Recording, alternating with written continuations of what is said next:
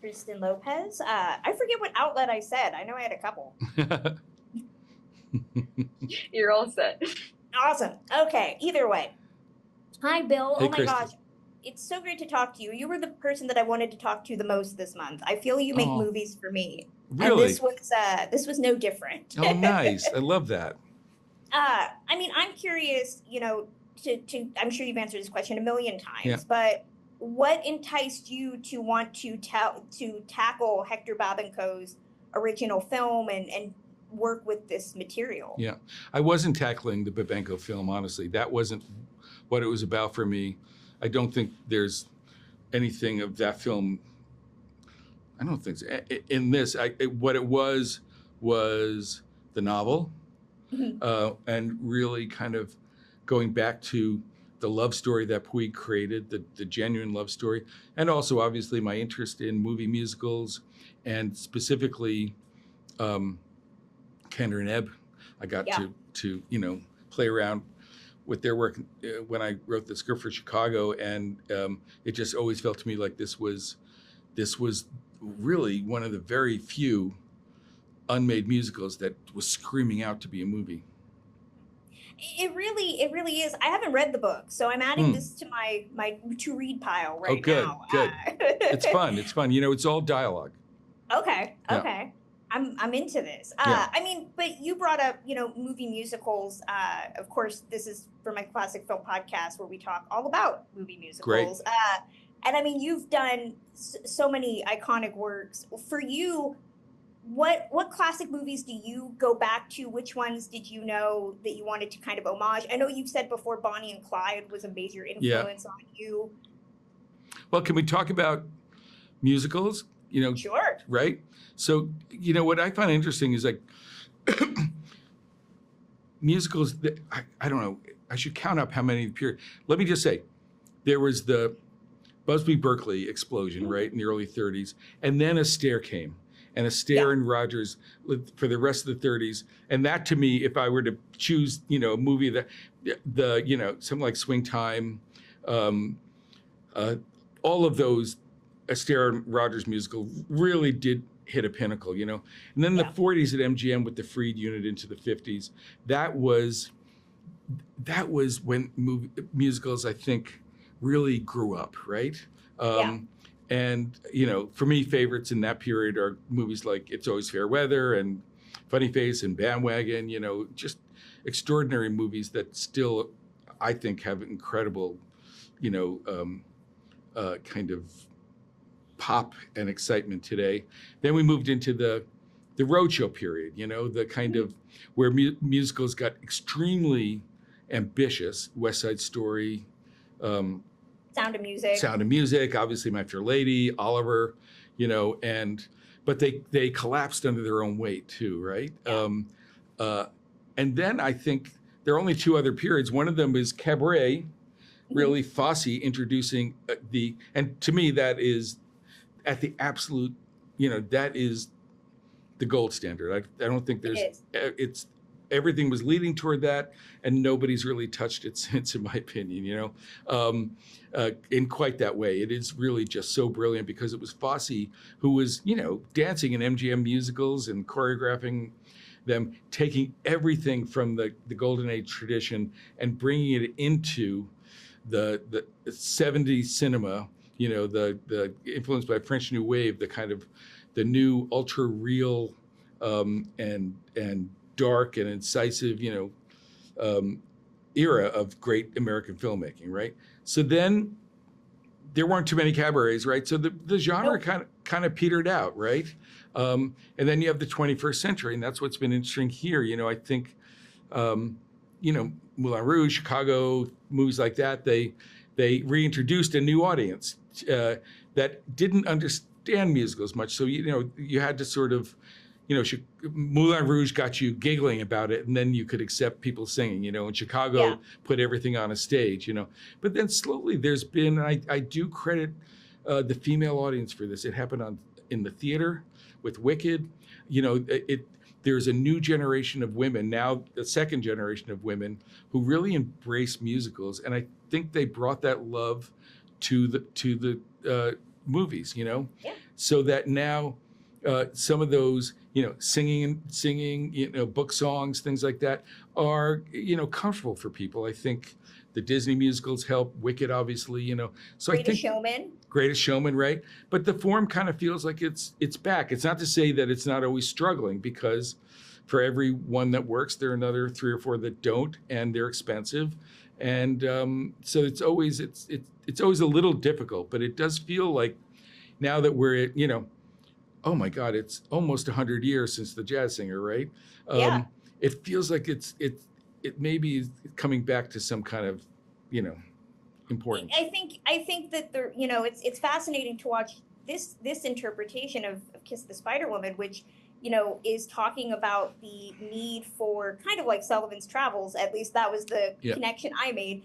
The emphasis of how movies help us navigate, yes, while simultaneously kind of asserting kind of, the back and forth between Valentin and Luis about propaganda versus escapism. Yes, that's right. And I think that's what I appreciated as somebody that has found, Turner Classic Movies being my big comfort thing over the last year. Yeah. I'm curious how you wanted to showcase that dichotomy, and what are some of your comfort classics that you go to? Yeah. Well, I'll get to that second, but the, to me, a movie that's worth, it's mentioned in the movie, in Kiss the Spider Woman, Silk Stockings, right? Yes, yes. What's interesting about that, if someone came to that fresh, it's based on Ninotchka, and it's about a woman who is, a commissar from Moscow, who's, Communist Party, who's coming to drag a few, people back to Moscow from Paris. But the Fred Astaire character he's not MAGA, but he is basically, he espouses the Republican position right now. Sure. All those values. And she, the communist, does kind of espouse progressive positions, And of course it was made in the 50s, so he wins and she loses. It's the era of McCarthyism. Exactly, and Eisenhower. So there's no contest there. But it's what I love about it. It's like, no, this split in our politics is. We know that. We know we are a divided country from its birth. But it's interesting to see, even then, you'd go to the theater and you'd be having that. This musical is having that conversation, which I love. In terms of the one. There are some specifics, like if I just want a shot, it's certain parts of The Bandwagon, Funny Face, It's Always Fair Weather, there's something about Latter Day Astaire, he was a bit of a grouch, he felt Republican. I don't know if he was in real life, I think he was, but don't quote me on he? that. Yeah. I think so. But despite all that, he's a Republican I love, There's something about his grace as he realizes this thing that he is so gifted at is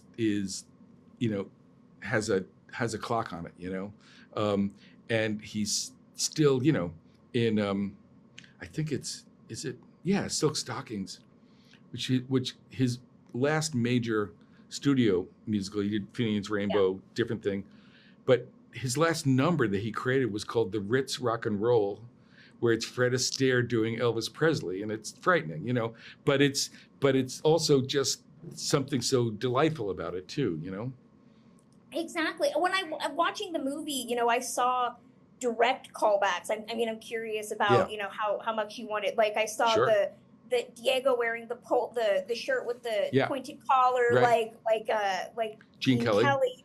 Jennifer in the green, like Sid Charisse. Yep. There's a scene where she's dancing on a bar, which I was like, is it On an Island with You, or am I projecting? No, you know what it is? It's Les Girls. Oh, okay. Right? So Take a look at that, right? It's that's a great one. Right. That's but they often danced on bars, And it's interesting, the thing with Gene Kelly with the white collar, because the guys are all in black, and Diego was worried, like, oh, I'm not sure I want to wear that. So he came out first in the black, and it's like, no, well, that's what defines you as that character in a wide shot. And just in a minute, you understood what the people making those movies just knew in their bones, that you needed that white collar if it's going to be, if he's going to be the person that your eye goes to, you know. So oh my God, it's throughout. Funny Face, obviously, the you know, the dance in the photography, you know, the dark room. So many of them, you know. Exactly. Well, and I mean, I wrote an article recently about Mexican cinema in the 19 golden era, from the 30s to the 1960s. I was curious, you know, I saw a lot of, especially in the scenes where they're in the jungle, or they're you know, celebrating the ranchera, you know, series of films. Did you want to pull from the Mexican golden age of cinema? I like the idea. I wish I had it. You know, I didn't, because I was really aping things like Pagan Love Story and, you know, Hollywood exoticism. You know, I wanted to make. It was more about the Hollywood filter. They interlapped a lot, because Mexico did take from America, you know, 9 times out of 10. Right. Yes. You know, and kind of created their own thing. So they both parallel very nicely. That's interesting. Yeah. Well, Exactly. that gives me something to. That's my next thing I'm going to discover. Thank you. Exactly. I got recommends. I mean, what I love about your work, and I think what I tend to nerd out so much about, is how you play with old Hollywood, whether that's Gods and Monsters, or I recently found out that you wrote an adaptation of The Devil and Daniel Webster. Yeah. Which I need to see now, because I need to know what that looks like. But it's a troubled film. I mean, you know, some of your messiest, I think, are some of your best. I'm the one sister like nerd. I love that. My God! I finally found you. Exactly. I have the Vinegar Syndrome Blu-ray. I watch it every Halloween. It's great. It's I love where that. else can you get a gothic thriller, murder, mystery, erotic romance? You know, it's no. There was a review. It wasn't such a kind one. Wasn't that bad. It was like, if you ever wondered what a Twilight Zone episode written by Tennessee Williams was like, well, here's the movie for you, right? That gets me. That gets me. Makes me interested. I've shown it to friends, and they're like, "I'm not sure how I feel about it, but I think it's great." I'm like, "Yes, Criterion. You can thank Criterion for putting it on their service." Yeah, I know, it's true, right? Yeah. Yeah, it was great. I'm curious for you. You know, how do you find genres that work together? What is it about the past that you love to work with? Well, I got to say, that was a huge part of the appeal of Twilight, right? Because Twilight, first of all, I was wanting to do something in horror again. It's its own version of horror, but it did also feel like a Minnelli romantic melodrama, you know? So obviously it's got a lot of other things going on at the same time, but I think everything is genre, you know? I think some people, when they talk about this movie, they talk about, oh, there's the Hollywood movie and there's the reality. And it's like, no, the prison part is a Sidney Lumet. It's 12 Angry Men, basically. It's you know? Brubaker almost, depending on, you know, what you're thinking of, what your go-to is. And you know, those have all of their same markers as musicals do. You know, it's I think it's very hard. Movies, even if they don't embrace it, I think the audience somehow, you know, they're just basic things about genre that make us see a movie in that way. Exactly. I mean, the cast of this movie is, I mean, it's so funny. I have people saying how great, you know, Diego Luna is, and I'm just like, where have you been? I know, right? You know, Jennifer Lopez is always good. She's just great. For you, what were you looking for in casting? You know, who were you looking for to work with these characters? Especially Jennifer, who's got such a big history of her own, but emulating some of these big A-list stars of the 1940s. Yeah, no, it's true. You know, one of the things I discovered making this movie, I don't know why I didn't know it before, but almost everybody has a strong opinion about Jennifer Lopez, you know? They do. Yes, they do. And I think it's because she has that star quality that not many people have, which is that even the ones that are resisting her, she makes you care about her. You care about every character that she plays. And then you care so much that you start to care about her and what she's up to, you know? So that goes beyond like a contemporary sense of star into some other field, force field and we don't have many people who do that and make movies and are great actresses. So that's why it was her. And Diego, you mentioned too, first choice, and I was so thrilled when he did it, because it's a character that's, I think, sometimes presented as just a kind of macho brute, and he's not. He's not as written by Puig. He's an intellectual, and intellectuals of those times, tended to they were tough, right? But they had there was empathy and kindness were a crucial part of the mission, and so I thought he just seemed so perfect for that. So they were pretty obvious choices, I mean, I argued with my own mother after we watched this movie about Jennifer's performance, and which I think is great. And my mom was like, "She's trying to be Judy Garland." I'm like, "No, actually, she's got to emulate a million other women, from Elizabeth Taylor to Dolores Del Rio, Yes, and there's a whole deep well of like Mexican actresses that had to be the exotic, with the skin lightening, and absolutely. I'm a big Lupe Velez fan who could not transcend because she couldn't hide that accent. That's right. No, it's so true. I don't think it's much of Judy Garland at all, except for where you are, But the thing about Jennifer is that she also immediately hooked into the fact that this is a movie that's being retold by Molina, so it's what he connects to in this part that she's playing, And at a certain point, Valentine says, "Why do I think you're making this up?" And he says, "I wouldn't put it past me." That the reason this is the movie that means the most to him is that Aurora's predicament matches his own. He has been incapable of finding love, right? And incapable of loving in his own mind, and Jennifer, here's a great example for somebody like you, I think. There's a moment when she realizes that she's cursed and she cries, and she does it in the style of the period, right? Yeah. But she brings a reality. She brings a bit of Molina reality too. So for me, I love that moment because you're watching it and it's a bit of the 50s, and also it has a reality to it. It has a weight to it.